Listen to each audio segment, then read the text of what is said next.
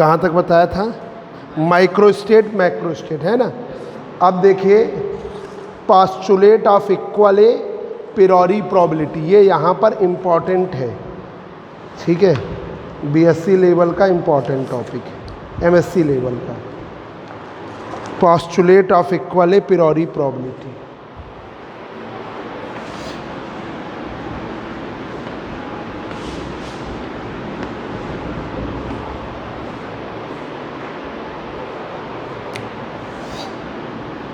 Postulate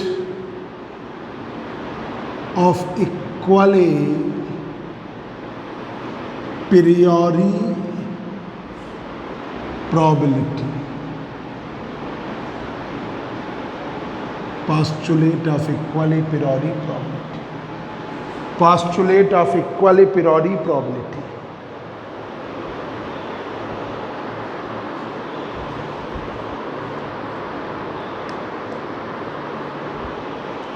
All accessible microstates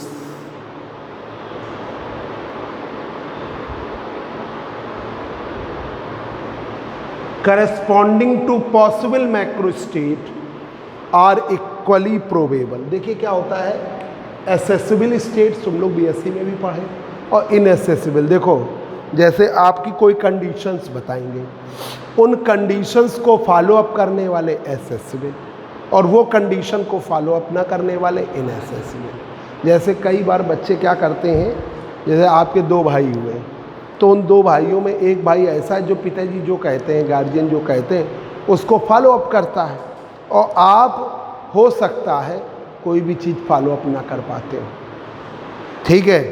आप उनकी बातों को नज़र, तो धीमे धीमे धीमे धीमे आपकी वैल्यू कम होती जाएगी, उसकी वैल्यू बढ़ती जाएगी, ठीक है। वो हर चीज़ भले वो फॉलो अप ना कर रहा हो, उसका डंका ज़्यादा पीट रहा हो, तो हर तरीके के लोग होते हैं ना। तो वैसे ही एक्सेसिबल वो हैं जो कंडीशंस फॉलो अप करते हैं, जो कंडीशन फॉलो अप नहीं करती वो क्या है, इनएक्सेसिबल। तो ये है इसका मतलब, all accessible microstates,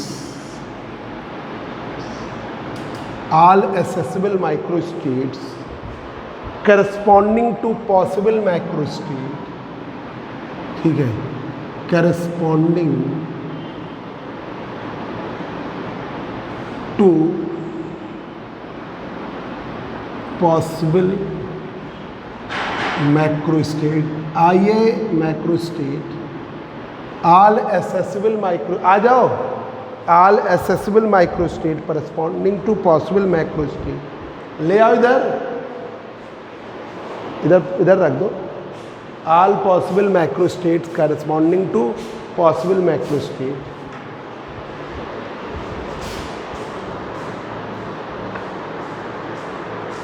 all accessible microstates corresponding to possible macrostate are equally probable.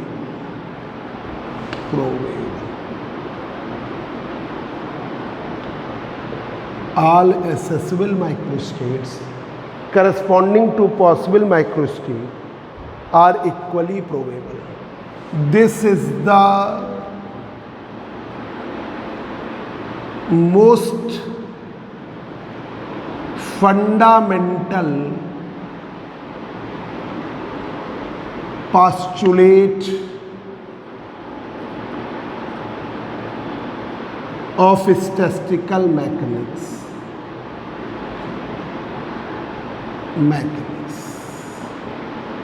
This is the most fundamental postulate of statistical mechanics, ठीक है, mechanics known as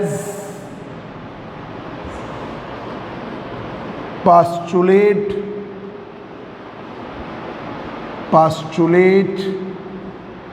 of equal priori probability. Postulate of equal priori probability. This is the most fundamental postulate of equal priori probability.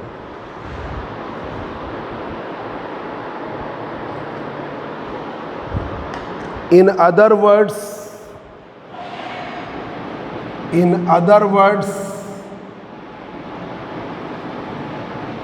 दूसरे शब्दों में कहें, the probability of finding the particle, the probability of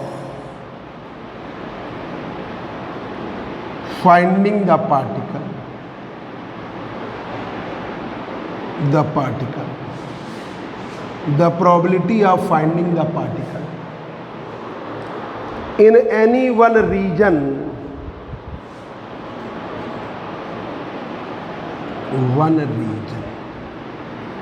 किसी एक reason में, in any one region, probability of finding the particle in any one region,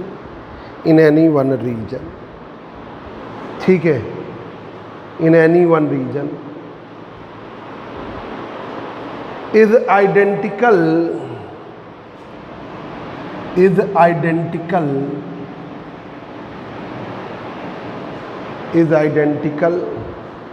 with that for other region, with that for other region, identical with that for other region of equal volume, of equal volume,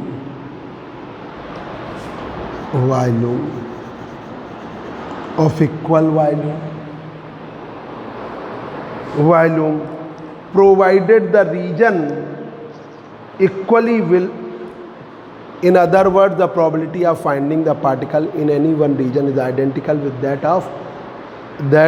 for other region of equal volume. ये लिखिए, ठीक है। Particle के पाए जाने की प्रायिकता किसी एक रीजन में जितनी होगी उतने ही बड़े दूसरे रीजन में भी उतनी ही होगी, ठीक है, ये है इसका मतलब। अब देखिए probability of finding the particle, छोटा ही सा है, probability of finding the particle of A given macrostate, probability of finding the particle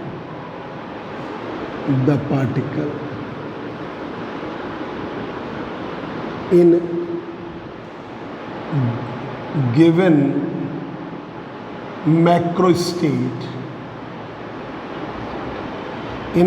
macrostate, P is the function of A, directly proportional omega is the function of, omega जो है thermodynamical probability, omega is the thermodynamical probability,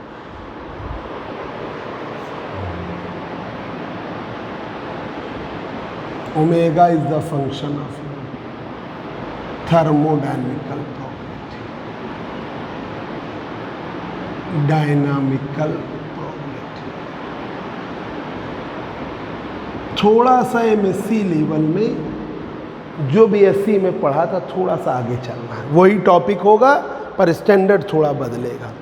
degree कुछ teacher जो DAV में पढ़ाएंगे तो वो क्या करेंगे कि हम कोशिश करेंगे, मेरे और उनके पढ़ाने में ये अंतर रहता, हम ये कोशिश करते हैं कि बीएससी वाला भी तुम्हारा यूज़ हो जाए, ठीक है, जो टॉपिक्स आएंगे तो बीएससी वाला भी यूज़ हो जाएगा, वो तो तुम याद कर चुके थे तो तुरंत तुम्हें आगे मिलेगा, है ना।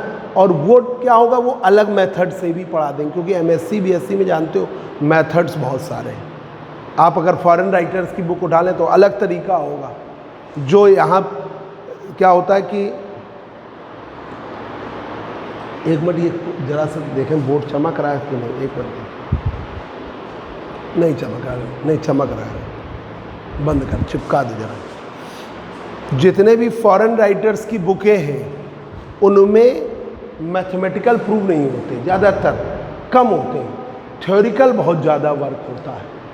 अब वो थ्योरी लिखने पर टीचरों की एक आदत है, ठीक भाई, कोई टीचर अलग से तो आएगा नहीं, तो टीचर क्या करते हैं कि उनमें जो मार्किंग करते हैं वो थ्योरी वाले में कम करते हैं, भले आपने बहुत अच्छी थ्योरी लिखी, तो हम लोग प्रेफरेंस मैथमेटिकल को देते हैं। यहाँ पर फर्स्ट पेपर पूरा मैथमेटिकल, आपका क्वांटम पूरा मैथमेटिकल, ये पूरा मैथमेटिकल है, ठीक है। तो नंबर पर्याप्त आएंगे, अच्छे नंबर आएंगे, ठीक है। मतलब आपके नंबर अगर आप प्रॉपर पढ़ोगे तो नंबर बहुत अच्छे आएंगे।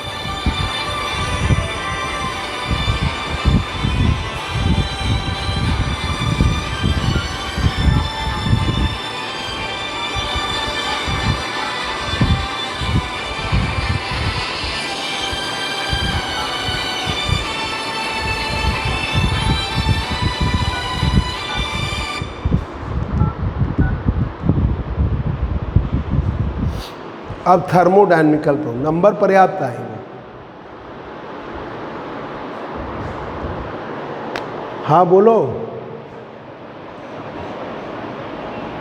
मैं कल आओ, मतलब 135 में, मंडे वेनसडे फ्राइडे, ठीक।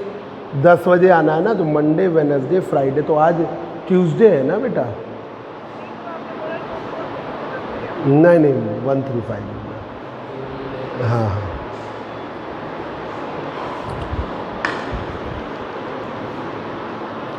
थर्मोडायनेमिकल प्रोबेबिलिटी की value factorial n, n1 factorial n2 n3 n7,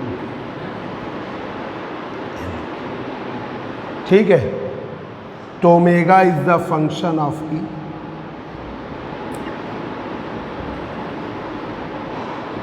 product sign भूल तो नहीं गए, i बराबर 1 to k फैक्टोरियल ni। आज डिसीजन हो जाएगा कि पेपर कौन सा पेपर किस तरीके का हो, मतलब सब्जेक्टिव ऑब्जेक्टिव वाला लफड़ा था ना उसका, तो वो आज डिसीजन हो जाएगा। एमएससी के तो सभी पेपर सब्जेक्टिव ही होने चाहिए। Omega is the function of E factorial n upon factorial i बराबर प्रोडक्ट साइन i बराबर 1 to k n। Thermodynamical probability क्या प्रदर्शित करती है? नंबर ऑफ माइक्रोस्टेट्स, ठीक है। ये क्या दिखा रही है? Number of possible microstates.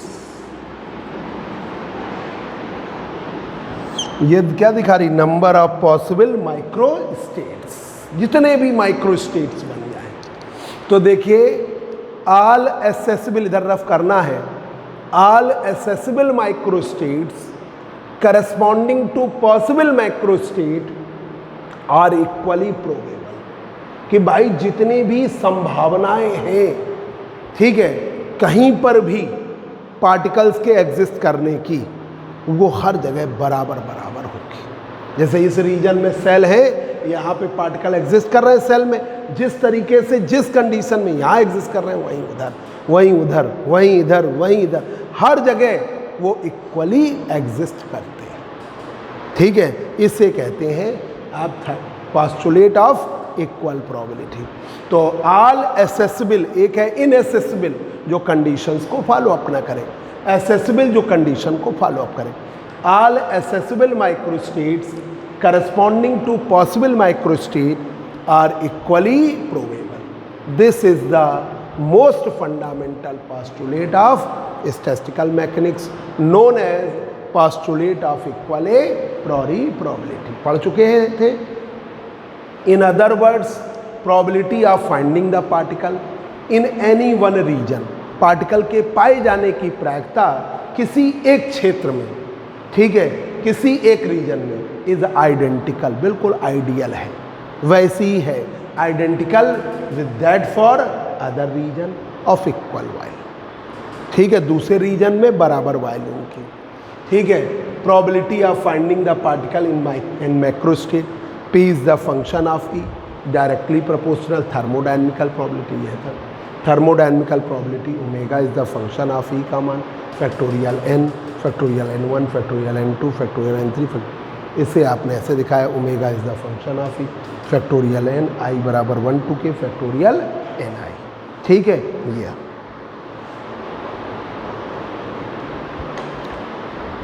अब इक्वेशन फर्स्ट से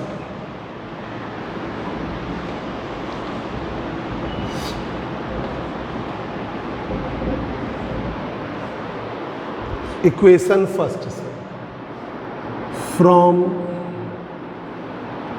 first p is the function of the directive.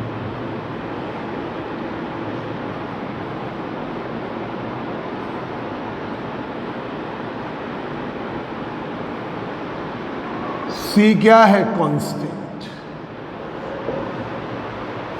Where C is the proportionality constant.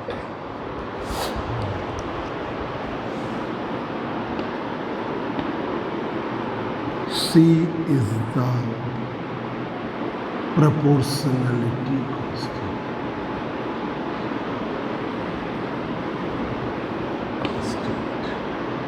C जो है proportionality constant.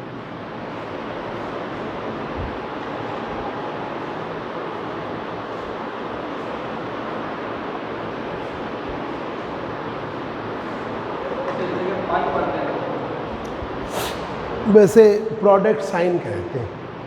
प्रोडक्ट साइन का वो समेशन साइन है सिग्मा, इसे प्रोडक्ट साइन. ठीक है, पाई की तरह के ही है पर बड़ा साइन होता है. अब आइए बता दें, अकॉर्डिंग टू पोस्टुलेट ऑफ, खोल दो जरा, priori probability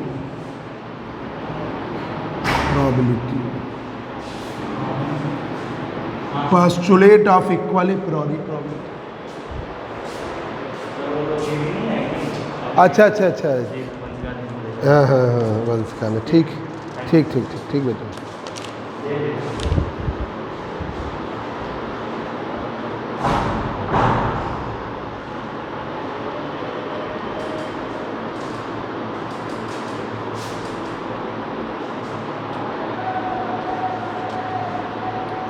बताओ जरा, 19, 13 और 17 जोड़ो.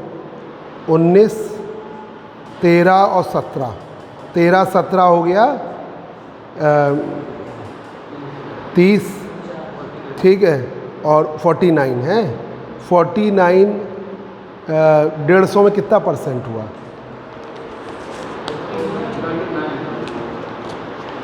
150 में कितना परसेंट हुआ? 30% हुआ. और 50 में 21 नंबर कितने परसेंट हुआ?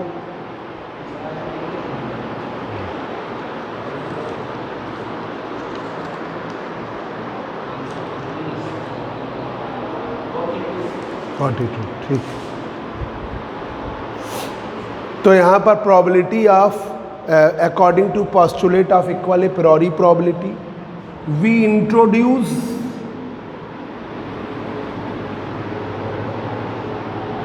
a term degeneration. A term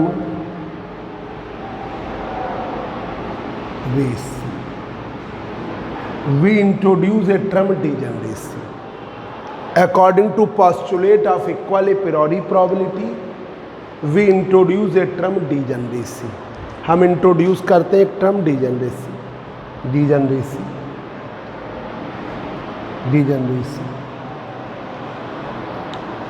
Let G1, G2, G3, G4 and dash degeneracy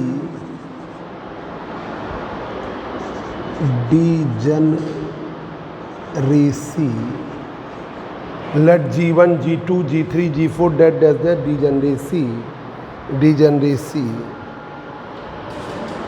degeneracy are acting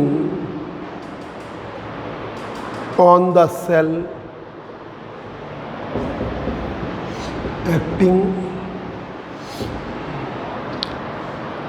on the cell 1, cell 2 cell third and cell की। ठीक है, तो यहाँ पर probability due to degeneracy, probability due to degeneracy, due to degeneracy, रेसी, capital G. जीवन को follow up करने वाले कितने पार्टिकल्स हैं? N1, जीवन की पावर N1। G2 को फॉलो अप करने वाले N2, G3 को फॉलो अप करने वाले N3 and so on, GK को फॉलो अप करने वाले Nk, GK को फॉलो अप करने वाले Nk। अब प्रोडक्ट साइन लगाइए। G बराबर प्रोडक्ट साइन I बराबर 1 to K GI की पावर N है। ये question,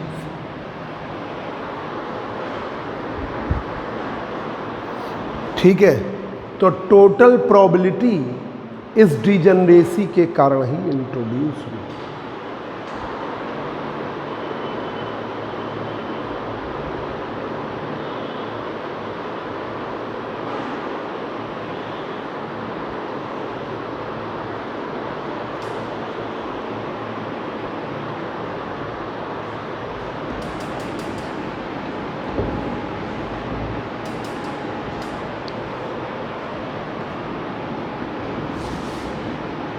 Total probability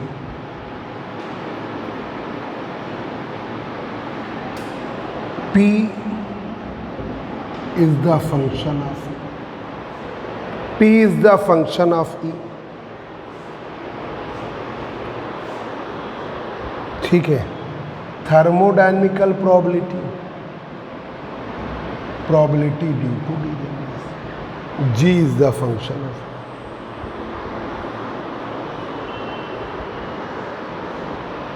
P is the function of E. G की वैल्यू है factorial N, factorial N1, N2, N3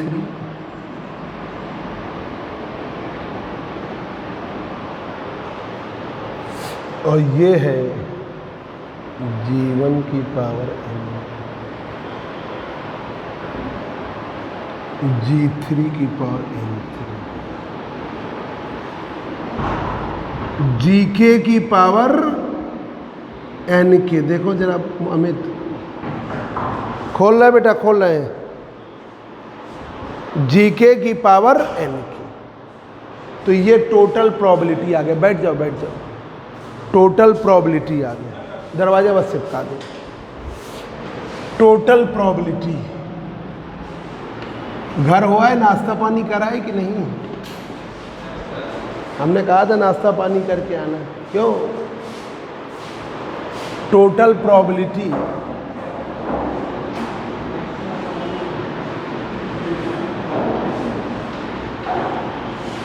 P की वैल्यू ऐसे भी लिख दोगे, factorial N, product sign of I बराबर 1, GI की power NI upon factorial NI, GI की power NI upon factorial NI।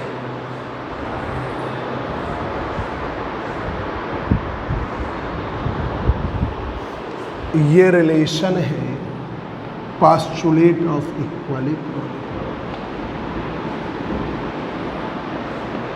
This is the required relation for total probability ये required relation है टोटल प्रोबेबिलिटी का, obtained from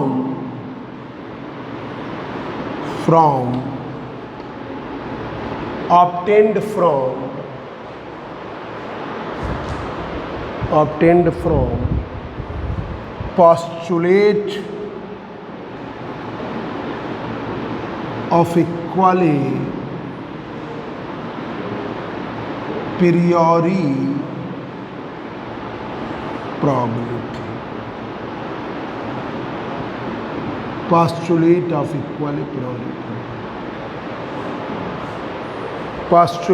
equally priori probability.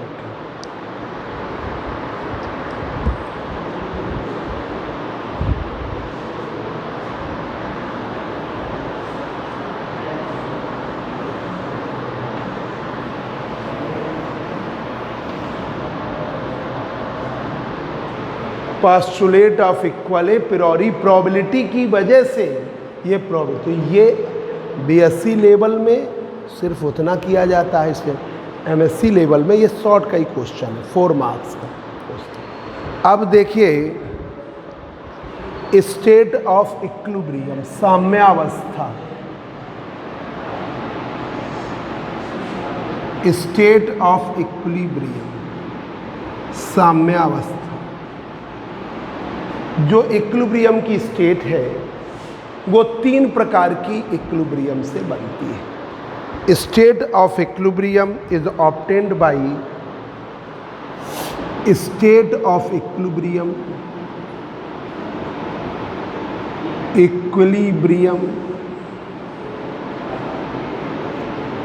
state of equilibrium is obtained by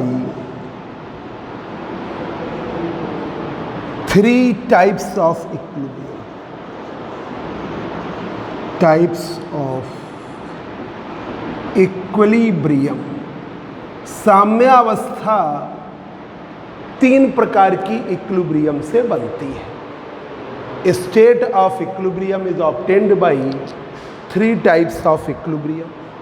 एक है thermal equilibrium, one is thermal equilibrium, तापीय साम्यावस्था। एक है thermal equilibrium, एक है मैकेनिकल इक्विलिब्रियम,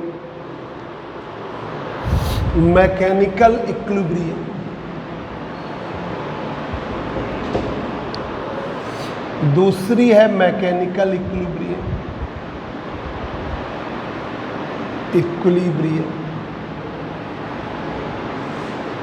और तीसरी है डिफ्यूजिव इक्विलिब्रियम।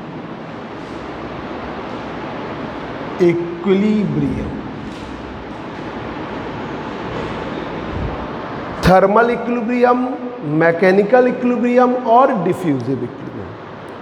थर्मल इक्विलिब्रियम में आपको मालूम है टेम्परेचर सेम रहता है, जैसे 2 बॉडीज़ हैं और तापीय साम्यावस्था में है, थर्मल इक्विलिब्रियम में है, तो उनका टेम्परेचर क्या हो जाएगा, सेम या कांस्टेंट। ये पहला है थर्मल इक्विलिब्रियम। डिफ्यूजिव इक्विलिब्रियम में ठीक है कंसंट्रेशन सेम हो जाता है, डेंसिटी सेम हो जाती है। मैकेनिकल इक्विलिब्रियम में मैकेनिकल प्रेशर, वॉल्यूम, प्रेशर और एनर्जी सेम। इसे हम केमिकल इक्विलिब्रियम भी कह सकते हैं, केमिकल इक्विलिब्रियम। ठीक है, तो आपकी 3 प्रकार की साम्य अवस्थाएं हैं। एक है थर्मल इक्विलिब्रियम जिसमें टेम्परेचर सेम या टेम्परेचर कांस्टेंट। तो थर्मल इक्विलिब्रियम में 2 सिस्टम हैं जिनके टेम्परेचर सेम है, तो उसे हम क्या कहेंगे, थर्मल इक्विलिब्रियम। जब mechanical constant, force, pressure, energy ये सेम हो जाए तो आ जाएगा आपका मैकेनिकल इक्विलिब्रियम। और डिफ्यूजिव इक्विलिब्रियम में कंसंट्रेशन या डेंसिटी सेम हो जाए तो डिफ्यूजिव इक्विलिब्रियम। कंसंट्रेशन और डेंसिटी सेम हो जाए तो ये है आपका डिफ्यूजन। तो अगले टर्न पर ये तीनों आपको प्रूफ कराएंगे। आज और कम पढ़ो, फिर अगले टर्न से तुम लोग का और भी बच्चों को आज हम फ़ोन कर देंगे। आज एक स्टूडेंट आनी थी, हमें लग रहा मोबाइल की वजह से नहीं आ पाई। मोबाइल